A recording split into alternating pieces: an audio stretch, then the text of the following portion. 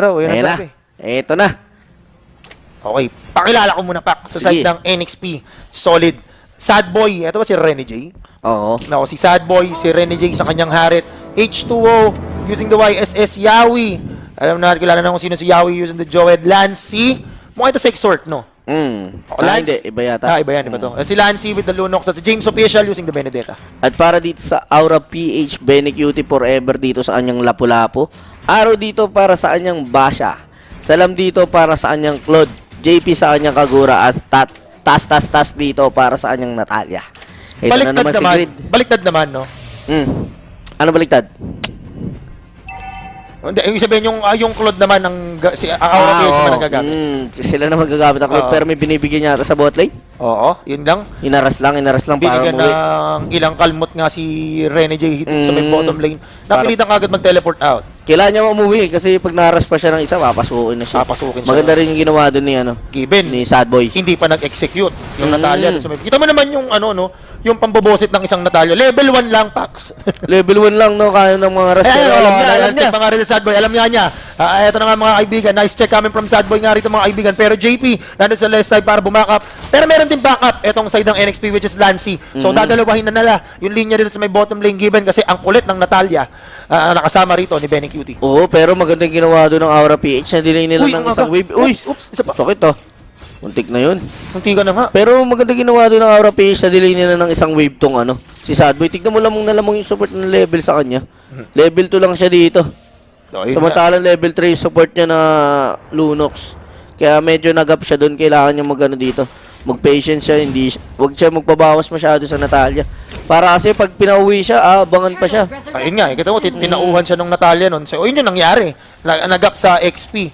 O itong si Sad Boy natin. Pero yung side ng NXP, dito naman sa may left side, merong pulong nga rito mga kaibigan. Pero hindi na pala pulong to, bakbaka na.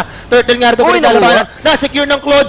H2 yung nabigyan. So, Turtle for the side ng NXP, tama? Aura. Tapos na-pick up pa nila si H2. Oo, nakakuha pa nila doon si H2. Marami kasi namatay. Marami kasi pwedeng tumalon dito kay H2 dito sa YSS niya. Yung Basha tsaka yung Natalia, kailangan niya mag-ingat na naman dito. Pero ito, alam niya kung nasan. Kakabuhay lang ni H2 mga kaibigan. Natin kung makapick up nga ng kill. Bibigay na yan. Ayun, ibibigay na. Kailangan nila ibigay yun. Siyempre, namatay yung marksman mo. Kailangan ng bawi nun. Nagising ng maganda. Oo. Pero medyo lamang yung sa gold dito, yung Aura PH ng konti lang naman. Mga 1K. Mga 1K yan lang estimated na gano'n na nga lang mga kaibigan. Pero level 4 na nga rito si Lancy. Kita naman natin si Salam doon with the Blazing Duet. Para mapabilis lang yung kanyang farm. Clear kagad yung minion wave sa may gitna. Sabay farm ng resources dito sa may jungle. Sinasamahan pa rin siya ni JP. Sad Boy dito, tsaka si Benny Cutie. Tapatan lang, pero medyo lamang sa level dito ng isa yung yung si Benny. Oo, yun na. Kasi nakalamang siya doon kasi nagap ng isang wave to si Sad Boy Hindi niya nakakuha yung isang buong wave dahil sa panggugulo ng Natalia. Ayun na. Salamat Grid nga yun. Ito na naman yata sa bot lane si Grid. Hinahanap na naman dito yung malambot na harit pero mayroon na siyang backup dito. Okay, Yawi with the unstoppable force pero wala nang follow-up na maibibigay nga doon. Medyo malayo yung mga kasama. Habang sa gitna, binibigyan nga si JP nga ron. Si JP. With his Kagura, kitang-kita nga natin doon sa may minimap. Ang ganda nun. Sakit ng damage coming from the Lunox doon. Tingnan natin kung makaganda. Naku po, here comes the counter attack coming from NXP Solid. Kailangan tumakbo rito ni Grid. Benny Cutie will come in. Blazing Duet gagamitin pero hindi pa ganun kasakit. Pero still, yung side ng Aura PH will secure the kill. Kaso ang kapalit nga rin si Natalia, 1-for-1 trade. Pareha support yung nabigyan. Hindi nila nabigyan dun yung Natalia na mabilisan kasi nakatakbo pa Pero dito kaso ang tapang rito ni Kuya James natin. Uy, di niya pero Salam will turn that around. Sobrang lalim. Pumogi. No. Di na siya wala silang Matilda, di siya maliligtas. Ayun lang. Kailangan niya nang bigay lahat doon kasi pinasok niya Kaso bitin Hindi napatay si Salam doon, nakapag-lifesteal. Yun nga, totoo, nakapag-lifesteal. Turtle is up. Kuya Pax. Calamity Reaper naman completed dito para kay Rene J mga kaibigan. Aura PH will start the Turtle dito. Abang dito sa may site sa taas nga na lugar natin si Arbok. Kinukuha nga rito ni H2. Eto, mukhang niluluto. Nilalaga yung Turtle. Kinukuha na dito yung Turtle. Mabilisan lang to para sa Aura PH. Ito naman yung Clodo. Pero ito, Yawi with the unstoppable force. Kaso nandun si Aura with a stun. Tingnan natin JP has the damage nga rito mga kaibigan. Yawi will fall. Plus the Turtle para sa side ng Aura PH. Ito na nga. Final blow gagamitin. Natalia, na-silence nga rin si James pero sinusundan. Execute to kill. James Official has been shut down. Pwede pa yatang tumulak dito yung Aura PH sa may mid lane. Pwede pa nila na makapitalize. Backpacks yung shield. Dito, ina, shield is Ayun, ako, kuha na yata dito yung tower sa mid. Di na rin sila makakapag-dip dito. Kailangan dito ng ng next play, kumalma muna sila. Kasi pag puro sila clash dito, lumalamang lalo yung Aura PH. Kasi sobrang lamang na ng Aura PH dito sa teamfight nila lagi. Kasi lagi sila napipitasan ng isa. Ayun nga. Kada teamfight nila kasi may Natalia dito na lagi nakabang, kailangan nila mag-ingat. Ito pa, Heptasis pa yung Natalia dito. One-hit combo talaga yung makakita nito. Pero ito na side na siya. Ayun lang. Ayun lang talaga ang meron sila dito. Instantly, kita nyo, pagpukol ng Mountain Shocker, hindi na nga nag-hesitate si Idol Yawi nga rito magbigay ng kanyang unstoppable force plus the ejector and the kill doon sa may Natalia, 15 seconds out. Kaso dito sa may bottom lane, Benny Cutie gagante. Pinatay niya ng solo kill si Sad Boy. Off-cam kill nga lang. Pero still, Benny Cutie nakakuha ng score para sa side ng Aura PH. Oo, maraming item na rin yata si Benny Cutie dito kasi Dami na yata, men. nakapagbasag siya dito ng botlane, medyo gaprint tong Harit sa kanya. Kaya pwede niya talagang bigyan. Ang ganda nung na-provide na early aggression ng Natalia, no. Yung pagso-zone out niya doon, no. Yung Natalia talaga yung nagbibigay ng dito ng early. No? Kung sino lalamang yung Natalia yung magdidikta. Oo, ito na yung outcome nung nangyari. Kita mo doon, level 7 kontra sa level 9. Pwede Lapu-lapu at saka yung Harit na. Yung Harit pwedeng pumalag dyan, pero nakita naman natin parang walang bawas si Benny doon. Wala pang bawas nung naglaban sila nung Harit tsaka nung Ano ba item na Benny? Bloodlust Axe, Bloodlust, papunta sa BOD. BOD. Ito mo naman yung difference ng net worth 2977 kontra sa papunta na ng 49. Yaman talaga ng Lapu, men. So yun lang Harit, sino-zone out na naman nila. Kita ko yung kulot doon, sa may minimap natin mga kaibigan. Makakalapit yung Kaso Harit si Benny Cutie, sinisimula ng bakbakin tong Tore. Mukhang si Salam, sinisimula na nga niyang bakbakin din yung turtle. Threat is down, plus a turtle. So two Grabe. objectives kagad yung nakuha. Hindi makalaban yung Nung next side play. ng di nga, men. Hindi makalaban dito yung next play kasi sobrang snowball dito ng mga hero ng Aura PH. Lalo pa ilang beses sila, tatlong beses na yata nakapag-turtle dito yung Aura PH. Kaya medyo lumamang sila, mayroon na naman nabigyan doon. Nabigyan na naman. Grabe talaga shumat kill to si si Grid, no? Oo, si Grid na Natalia niya. Kakatakot gumamit na Natalia, men. Mahirap talagang pumesto na mag-isa pag Natalia yung hero ni Grid. Ayun lang, Nako, ito na ito nga. naman. Here they go sa may top lane. Summon Uy, Force pa. gagamitin. Pero Natalia is down, mga kaibigan. Ayun na nga, yung gante ni Sad Boy. Pero he will fall. 2-4-2 trade nga rito. Dominance is completed para kay Aru. Biglang nagkabigayan. Oo. Kaso, napalalim yung side ng Aura PH. Oo, hindi nila napatay agad yung Harit. Yung Harit, Harit men. lang talaga yung target nila doon, kaso nakabaka pa. Na-drug sila. Dalawang mage ang namatay rito sa side ng Aura PH. Malapit lang kasi yung hero rin na next play solid doon. Ayun, kaya totoo. rin. Pero ito. Plus nandun yung tower. Isa pa yun. Si Benny. Benny Cutie nga rito, alam naman natin kung paano kagunat yung isang lapu-lapu na pwede pumalag. Na ilan na ba ang item niya, Direk? Alam, tingin ko, completed na yung BOD niya. Yun na. Ayun na, sakit na yan. Isa pa, halos magkasing network sila. Mas mayaman pa nga siya ng kakarampot. Pero si H2 dito, di rin nagpapatalo. 5-1 din siya 5-1 dito. din yung network. Meron na siyang Raptor Machete, tapos papunta na rin siya sa BOD packs. Oo nga, dami rin na item dito ni H2. Kailangan dito makapag-farm pa nung Harit ng konti pa. Siguro isa pang item, Feather siguro. Siguro, isang Susunod niya dito. isa pang overcommit. No? May manggigil ulit sila kay Renny J. Pero ito si Aru Naku yata. po, si Bibigyan nila. Aru! Ejector, ginamit natin kung ma-brought down nila yung makunat na back there, successful. Inside ng NXP solid. Tapos si Natalia has been found. Patay nga siya ni H2, pero si H2 running low in health, pero makakatakbo naman sa base. Yawi will fall. Isa yung casualty, rather make it 2.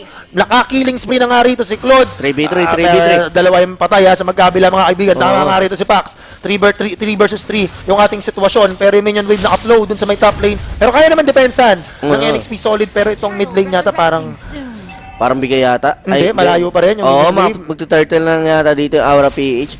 Objective rin naman nila dito yung turtle talaga para bigay dito sa Claude. Kasi pag yung Claude nakapag-turtle, mahirap patayin, may shield Wala, kasi Tsaka masakit inaabot rin na yung damage siya, pero Lord na dito pala. Inaabot na ng oras Oo, inaabot na ng oras, di na nila kuha yung turtle. Lord na yata agad dito yung Aura PH. Pwede na to para sa kanila kasi sobrang snowball nila nung early game Nako, makukuha nila to. Kung masisecure ng Aura PH, Mabilis lang. hindi na i-contest Lord 1. Ito na nga yung Mountain Shocker ginamit. Nakita nila yung pastuan, nakita nila kung nasaan yung Natalia. Kaso, Pero si Aro, mabilis lang talaga bumakap sa top lane, yung gumugulong talaga Si Basha talaga, napakabilis lang bumakap Kaya maganda rin talaga yung side lane yung Basha sobra no? Minapriority pick pa nga yun, lalo sa X Pero ito, hop. Hops, Natalian. Eto na nga si JP. Boy. He will come in. Gusto nga niyang bigyan nga dito si Yawi. Dito pasok nga rito si Salam. Pero Muntik na. buhay pa rin doon yung Joed, mga kaibigan. Kamuntikan lang, kakarampot na nga na buhay. Natalia, ito nga dadambahin nga rito si James. Silence, aabutin yun, isang Benedetta. Pero let's see, mga kaibigan, kailangan mag-depend dito ng NXP solid. Oo. Here comes JP. Kaso ang sakit rin ng damage, ha? Kailangan na nila bigay sa yung tower dito sa mid kasi baka mabigyan pa sila sa likod. Kaso, sabay-sabay yung pag-move ng wave. Tas kailangan niyang tumakbo. Muntik na Tignan siya natin mga kaibigan. Sadboy naglabag naman dito ng Summon Force. Arrow kayang tumangki. Lord is still in the top lane. Naku, Salam si Salam kailangan niya walang naman buhay. umatras. Ito na nga yung ejector. Unstoppable Force ginamit dun sa may backsha pero wala silang follow-up. Revitalize. Grabe, babalik din yung buhay ng backsha. Lord will be defended by NXP. Naku, si Benecutie JP nasa may walang kanan. buhay. Ayun lang, JP to fall. Benecutie will come in. Pero ito na nga mga kaibigan. Ayun. Yaw! Mamamatay. May iwan mag-isa. Kailangan Ano, 1-for-1 trade. Mga kaibigan. Pero Ito si na nga, Sadboy Renny J, dito. naglabag din ng dance floor mga sir. Abang sakit. lalaban si Benny Cutie, ang sakit ng damage, Lunox to fall, pero makakagante si Renny J. Naiganti niya. Grabe nagawa doon na trade. Hindi masyadong nakaangat si ano doon, si H2. Kasi may Lord. Oo. Pinapokus niya rin yung Lord na madepan na agad para di na rin mabasag yung top lane nila. Yung bot lane naman nila dito na binigay na lang ng next play solid kasi yung Natalia lang nasa segue doon. Kaya nabigay Nabigyan na din, no? pero dito maganda yung item ni H2 dito, nag-wind of nature siya agad. Sila rin yung tatlong physical to para sa para sa Aura PH. Yung problemahin niya lang dito yung burst damage dito ni JP. Kailangan niya lang mag-iingat sa payong kasi abot na abot siya niyan. Yun yung Kanina kasi si JP sobrang pulado. Sobra. Kaya na-shutdown siya doon nung Benedetta, nakakita pulado siya, in-execute na lang eh. Isang mabilis din tong Benedetta, makakita Pero ng ito sa pulado. top lane. Ayun lang, sa top lane nga. Dadalaw yung Natalia muntik na, doon. muntik na. Kaso, may Mountain Shocker. Muntik na siya doon. Umangat siya ng konti, mapipitas na naman siya. Kailangan niya mag-ingat lagi sa pwesto niya, pero dito si Salam. Oo, nag-final blow na nga. Para i-clear kagad yung minion wave para hindi na pumasok pa sa base ng NXP solid. Habang Natalia, nagpo-push lang dun sa may top lane. Here comes Aru, jumping through the walls. Natin mga Sakit. kaibigan. Tapos dito yung gitna, inabot ng Sun si H2. Tinating makapitalize niya ng Aura FH. Pero malalim yata yung back siya. Space Malalim. created para sa Natalia dun sa may top lane. Revitalize ginamit. Still boy pa rin yung back siya. Grabe naman yung space na nabigay dun sa may top. Tas. Pero kailangan tumakbo rito ni Tas. Final blow ibibigay. Here comes the dash. Coming from James. All assist na Natalia. Patay si Natalia doon. Patay yung Hindi dalawa nila dun. nabasag yung top lane. Successful yung NXP solid para madepensahan yung laro. 12 minutes in. Binigay na ni Aro yung buhay niya para mabasag yung dalawang tower, pero hindi pa rin kinaya. Hindi kinaya eh. Oo, napo siya dito nung lunok sa harap, kaya na-shotgun siya. Pero dito, makangat na yung next play solid. Tagal may nakikita mo yun, di ba Ito nila na pwede na silang bumawi kasi napitas na dito yung wala Natalia. pa palang nababasag na tori itong ano. Halos parang wala palang mga... Pero dito, wala, cleaner lang. Wala pang gas-gas, no? Yung tower ng Aura. Oo, wala pa. Hindi pa na Ito, normally. tingnan natin kung magagasgasan na. Wala, ayaw nila. Ayaw nila. pagasgasan ni Benny Cutie. Ayaw nila pagasgas yung tower nila, pwede pa yung next game. Sabi nila dito. Oo, pwede nga may game 3 pa eh, no? Maaaring ang ganun, pero hindi pa rin tapos. Baka sa... may kalamangan sa side ng Aura PH. Pero sumasakit na rin dito yung hero ng next play solid, lalo yung Lunox. Item nga, direct ulit. Check nga Ayun, natin. Lunox. Meron na siyang Clock of Destiny, Lollipop, Lightning Truncheon, yun nga. May lollipop na siya dito, tsaka Tranchon. Paano yata siya, di ba yung clip yata yung sunod niya dito? Oo. Para lalong matunaw dito si Aro, para hindi na sila masyadong mabuy time nun. Kasi nababuy time sila eh. Oo. Nabuy time sila ng Basha dito eh. Kailangan nilang patayin ng mabilisan yung Basha. Kailangan nila kailangan nila mag-penetration na. Pero Hindi ito nila yung mapatay Lord na. kanina eh, no? Ang kunat, grabe yung binay-time talaga nun ng Basha eh. Yun yung item ni James, no? Puro pakunat din yung item nga ng Benedetta eh, no? Kaso Lord, ang pinaglalabanan, may pumasok mga kaibigan! Lance, sinabit yan, ako po! Yung magbibigay ng magical damage para sa NXP Solid, Silence si Sadboy, kitang-kita natin dito mga kaibigan. Ayun lang, dalawa yung patay sa side Ayun, ng patay NXP rin Solid. yata Kasi si to. James makakagante na 3-for-1 trade. Mga kaibigan, habang si Yawi kailangan niya tumakbo. Kaso nakashove yung lane dito sa may right side. Yawi is in danger and he will fall. James na lang ang magdidepensa para sa side ng NXP. Naku po mga sir. Tignan Wala natin. na yata. Lord is marching here in the right side. Salam. Doing the auto attacks nga rito. Maaga napatay dun yung yung Lunox. Oo, nabigyan Lunox agad yung eh. unang napatay dun kasi siya pa yung magbibigay ng isa pang damage dun para sa Basha eh. Oo. Kung wala siya, may hirapan Ginagawa lahat ni James para makapagdepensa pero still, Grabe si inhibitor James. will fall. Naku po, pwede team lang eh. Tatlo kalaban niya dito. Lancy Boy ang Naku mga po. kaibigan. Brilliance has been popped. Sama he dodged Bad that. boy. Paso makakatakbo. Kaso Nilock in pinakasawa target na. na ngalan ng Aura PH and we are heading for game number 3. Congratulations Aura PH for getting game number 2 sa ating best of 3 series. Grabe naman yung laban na yun. alam na talaga natin na lumalamang talaga yung aura pagdating doon sa hero nila eh. Lalo yung lapo nila sa sideline. Binigyan nila ng binigyan nila ng matinding farm. Yung lapo, kaya nasaktan rin masyado sa Ace doon pag lumalapit. May sound trip tayo, guys. Ayun lang, may commercial lang sa credit. Grabe. Sayang namatay si Nancy doon. Ayun pa naman yung pinamagandang lasya. Sana na magsabay-sabay sila. Nauna kagad siya. Oo, tsaka si Sadboy din na-silence. Hindi na siya nakasayaw doon nung na-silence siya nung Natalia. Ay, parang early hanggang matapos yung laro. Kontrolado ng aura eh. Di nagasgas yung tower Hindi nga nagasgas yung tower. Pwede pa nga sa game number 3. Ito na nga, game number 3 na nga. Gagamitin na ng aura yung tower Ay nila. na. Sino ba ang makakaharap ng execration doon sa Grand Finals? Yung Aura PH ba na nakalaban nila nung upper bracket finals o yung arch rival ng EXE na NXP? Ito mga kaibigan ha. Magsha-short break lang kami ni Pakbet. Shoutout nga pala sa Cherry Mobile, sa Koda Shop, saka sa lahat ng supporters, lahat na nakatune in ngayon sa Facebook, sa YouTube. Do share this stream para sabay-sabay natin mapanood yung game number 3. Magbabalik kami dito sa Just ML.